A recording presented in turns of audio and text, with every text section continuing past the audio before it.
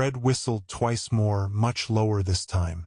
Bursting out of the tree line came a ball of fur and legs, skittering on an unexpectedly slippery patch of fallen leaves before righting itself and running over.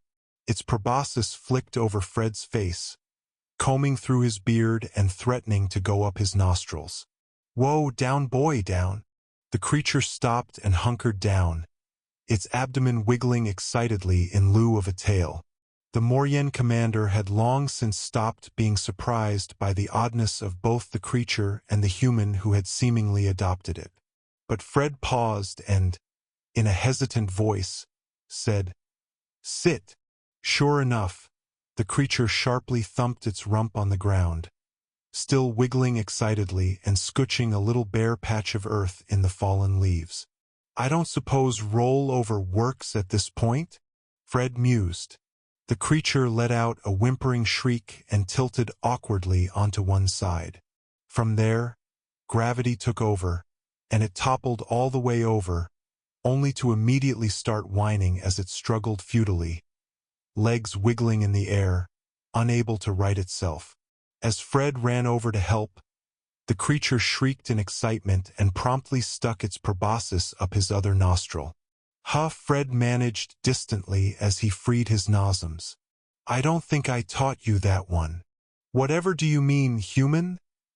the Moryen commander asked suspiciously. "Are you telling me your psychic powers of animal control have failed you?" "Psychic what now?" Commander Brid, who had been looking rather smug, instantly transitioned to deep uncertainty. "I had assumed the reason it was obeying your commands at all was because of some power you held over lesser beings." Fred, who had just taken a sip from his water canteen, immediately coughed and snorted as a gagging laugh sent water into his sinuses. He spluttered, wheezing as he tried to clear his airways, only for the commander to look alarmed, drawing his weapon once again and centering it on the creature. "The attack. Has it assaulted you? Poison spores? Venomous spines? What? Oh hell no. No, I just was caught by surprise. That's all." Letting out a final sputtering cough, Fred wiped his lips and snorted. "I'm not psychic. Hell, no humans are. Not that I know of, anyway. Although this universe is weird enough, I suppose it's not outside the realm of possibility." The Moryen commander frowned. "Then how is it obeying you?" "I'm giving it commands?" "Wait. Are you saying that thing can learn commands?" Fred glanced down at the eager little monster, its proboscis hanging loosely, dipping in and out as its abdomen wiggled against the ground. "Well, I suppose so, yeah. That's at least what it's acting like." Commander Brid looked warily at the creature. "What if it has been trained to be violent? The Gensap are not above such depravity." Fred shook his head. "Nah, doesn't strike me that this critter's got a mean bone in its body, or exoskeleton or whatever." He sighed in exasperation. "But I do think it might have been talking to someone else before." He turned to his commander. "The thing is friendly as all get out. Did you want to give it a pet?" Fred held up the wiggling creature, whose eye stalks swiveled to gaze at the alien officer as he extended a shaking hand toward the nearest furred limb. The commander's expression shifted into one of shock as his scaled hand ran along the creature's extended forelimbs. "By the three, it's soft. Softer than I would have ever imagined." The creature, ecstatic about the attention, wiggled so fast that the Moryen briefly worried it might spontaneously disassemble itself. But then suddenly it froze.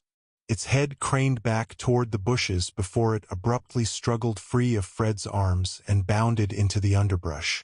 Fred had just managed to clip the collar and tag he had made around the creature's thorax when it wiggled loose. He took a few half-hearted steps to stop it, but then sighed and let out a chuckle. "See something else you want to take a look at, then? Do you suppose it could be the enemy?" the commander asked, voice tense. "The Gensap have begun to increase their offenses." Fred gave a reassuring smile. The risk of that? Slim, sir.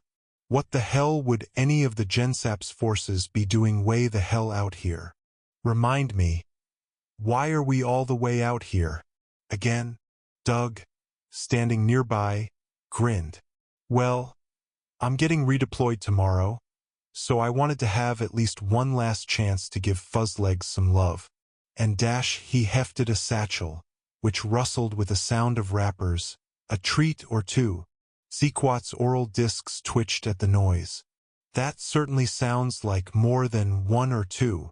Before Doug could respond, a distant rustle sounded from the bushes. A twig snapped. The warrior's hand went to his pulse rifle, though he didn't raise it yet. And then, sure enough, with a crash of snapping twigs and pushed leaves, the monster bounded forward. Doug, however, immediately noticed something off. He crouched and began checking the creature carefully. "What's the matter?" the alien asked. "Well," Doug frowned, "Fuzzlegs got a collar now, and while I was thinking of maybe adding one at some point," he said, patting a breast pocket where a metallic tinkling could be heard, "I hadn't quite gotten around to finding a strap for it yet. So, others have been caring for this creature as well?" the Gensap asked, suddenly alarmed. His rifle raised, aiming at the creature. It could be compromised. What if it's had a bomb inserted into it? Or his mandibles clicked anxiously. It was infected to serve as a bio-weapon carrier. Doug pursed his lips. Ah hell, I guess it wouldn't hurt to be extra cautious. He cut himself off mid-sentence as they both heard the sound of a distant rustling twig, far beyond where the small native creature had emerged. Doug caught sight of a Moryen helmet. His rifle snapped up and he fired a triple shot. The shots went wide, and in return, a flurry of fire rained back, one of which struck Doug in the shoulder. He yelled in pain, clutching his burnt and bleeding wound.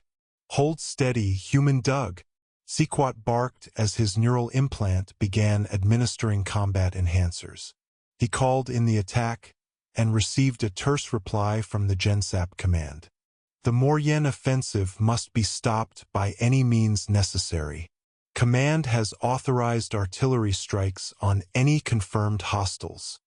Doug groaned and, through gritted teeth, muttered, "Yeah, I'd say they're pretty damn hostile, all right." Struggling to his feet, Doug brought his rifle up and fired a few shots toward where the initial rounds had come from. But already the returning fire was more scattered, less tightly grouped. He growled in frustration. "They're withdrawing. That artillery barrage is gonna hit nothing but trees." The alien warrior next to him nodded and began to lower his weapon, only for the low rumbling of the incoming plasma artillery round to be temporarily drowned out by a sharp keening from the creature Doug had adopted. "Oh God! Fuzzlegs!" Doug swore. Before Sequat could stop him, he had sprinted forward into the underbrush. The rumbling became a roar a mere second before the glowing green round impacted. There was a blinding flash and a searing blaze of heat. The Gensap was thrown backward, slamming heavily against some rocks. Smoke filled his lung as he struggled to stand, using the butt of his rifle for support. The clearing was a ruin of twisted and burnt trees, bushes smoldering as the last of their leaves caught fire. His gaze locked onto a huddled shape just a little ways from the blast's epicenter. Tattered remains of Doug's uniform were visible through the charred and ashen landscape. The alien rushed forward, reaching the human and placing a hand against his chest to search for a pulse. Doug had been maimed. Most of the arm that had once held his rifle was a mangled mess below the shoulder. Burns covered his chest and face. His breath was ragged, weak, but he was alive. To Sequat's shock, another human lay beside him, or at least what remained of one. Their body was ravaged by the blast, torso shredded beyond recognition. What was left of their sundered helmet bore the insignia of the Moryen forces. Then, a soft whimper caught his attention. Carefully, The alien pulled out an emergency tarp, laying Doug down gently on it, and he was stunned to see movement beneath where the human had been crouching. Peering out from where it had been sheltered between the humans was the creature. Despite its frail body, the small thing had miraculously survived, suffering only minor burns, singed fur, and damage to one of its legs. The alien extended a hand. The creature's proboscis ran along his fingers, then released a burbling shriek of recognition. Then, despite its injured limb, it bounded out and nuzzled Sequat, keening anxiously. It turned, proboscis sweeping over the fallen human soldier, then back to Doug, whining with uncertainty. Again and again, it pressed against them both, insistently probing with the proboscis, trying to elicit some kind of response. Sequat had just managed to reach a hand out, fingers running through the creature's now crackly fur, when a shout rang out. "You! Back away from that thing!" The alien warrior snapped his rifle up to his shoulder, instincts primed to fire. But even as his sights aligned with the Moryen officer before him, he hesitated. So did the officer. The Moryen was young, far younger than the Gensap, whose bones had long since started reminding him of his years. But there was still a pistol leveled at him. A threat, no matter how hesitant. The Gensap remained wary. He called back, "I lay claim to it. I claim it as well." That was Frederick's collar around the creature's neck. "A soldier under my command." "A simple strap of cloth does not prove ownership," Sequat countered, "as I'm sure this Frederick would have been able to tell you." He felt a qualm of worry about Doug, but then hardened so as not to lose sight of the issue at hand. "So lay down your weapon before anyone else gets hurt." The officer still held his gun somewhat steady. "And how do I know you won't fire on me the moment I do?" the Moryen returned. "Your kind is not to be trusted. Neither are yours," the Gensap shot back. A long moment stretched between them. Then, slowly, deliberately, Sequat lifted his rifle, keeping eye contact as he pointed it skyward. His fingers unclasped the rifle's straps, pulling it free, and with measured care, he tossed both to the ground beside him. "I think," the Gensap said, "we have a mutual need to tend to our wounded, and for you to bury your dead." The Moryen's eyes flickered at the gesture, but after a moment, he followed suit.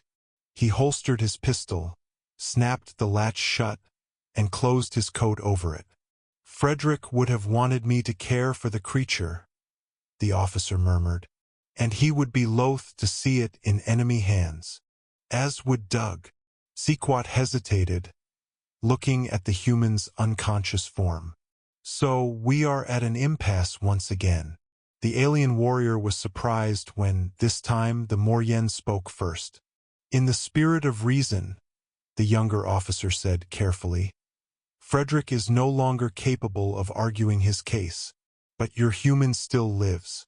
Perhaps we should return to your camp to ensure both his survival and that of the creature they adopted."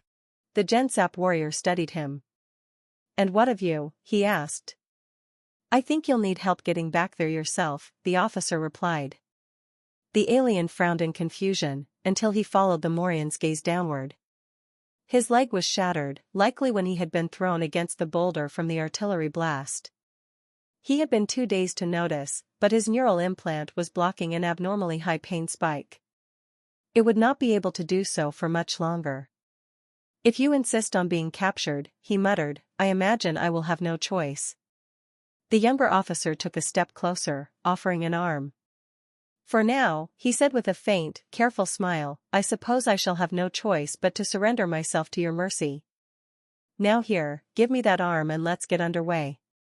As the Moryen moved to support him, a quiet beep rang through Sequat's implant, one last warning before the pain blocker failed. Agony crashed over him, and his grip tightened as the world blurred. He had one arm slung over the officer's shoulders, the other gripping the tarp that bore Doug's unconscious form. The creature clung and huddled atop Doug, letting out soft, clicking whimpers as they began their long trek back to base. Sometime later, beneath the light of twin suns, peace had long since settled over a quiet home on a forested world far from any battles. On a sturdy wooden table, bathed in the soft glow of morning, lay an open photo album, archaic, yet also familiar and reassuring. In the most prominent photo on its open pages were 4 figures.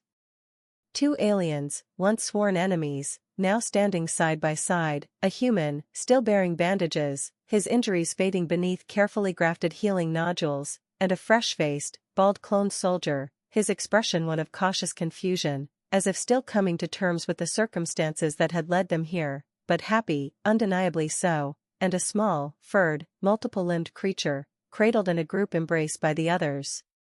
The beam of sunlight drifted past the photographs, glinting off 2 medals for heroism, each from a different, inhuman world, before coming to rest on a carefully preserved leaflet. A declaration of peace, and the end of a long, bitter war. From the table, the sunlight shifted further, casting its warmth onto the floor and towards a small bed in the corner. Tufts of fur still cling to the fabric, remnants of a once lively occupant. Near the edge, just beside 2 small, time-worn holes, the result of years of mischievous digging, lay an embroidered patch. The patch was made to resemble 2 shattered halves of a collar tag, once whole, now split but kept together with care and love.